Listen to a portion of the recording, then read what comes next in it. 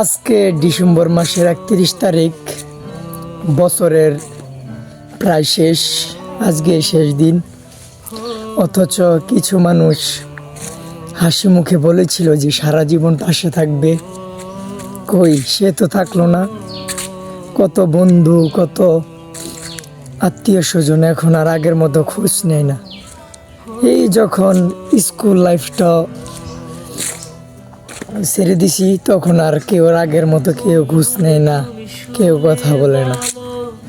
যাই হোক, নতুন বছরে সবার জন্যই আমার দোয়া থাকবে, সবাই যেন ভালো থাকে। এবং আমার প্রিয় মানুষটার জন্য আমি সবসময় দোয়া করি, সে যেন তার নতুন মানুষ নিয়ে সবসময় ভালো থাকে। নতুন বছরের অগ্রিম শুভেচ্ছা সবার জন্য। ওরা কেন চলে যায় জীবন পথে।